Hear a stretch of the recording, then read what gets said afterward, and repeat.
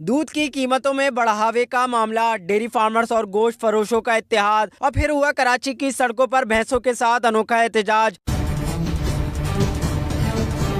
Dairy farmers ने red zone की तरफ पेशकदमी की तो पुलिस और रेंजर्स मुजाहिरीन को रोकने के लिए तैयार थी। नेशनल हाईवे पर पुलिस ने शेलिंग की और लाठियां बरसा दी। मुजाहिरीन फिर भी ना रुके तो हवाई फायरिंग की गई, जबकि मुजाहिरीन ने भी पत्थरों का इस्तेमाल किया। पुलिस और गवालों के माबैन मुठभेड़ से नेशनल हाईवे पर ट्रैफिक की रवानी मुअत्तल हो गई। डेयरी फार्मर्स एसोसिएशन के सदर शाकिर उमर गुज्जर कहते हैं अखराजात पूरे नहीं हो रहे। दूध के रेट का नोटिफिकेशन फौरी तौर पर जारी किया जाए, मुख्तियार कार इब्राहिम हैदरी को फौरी तौर पर मुअत्तल किया जाए।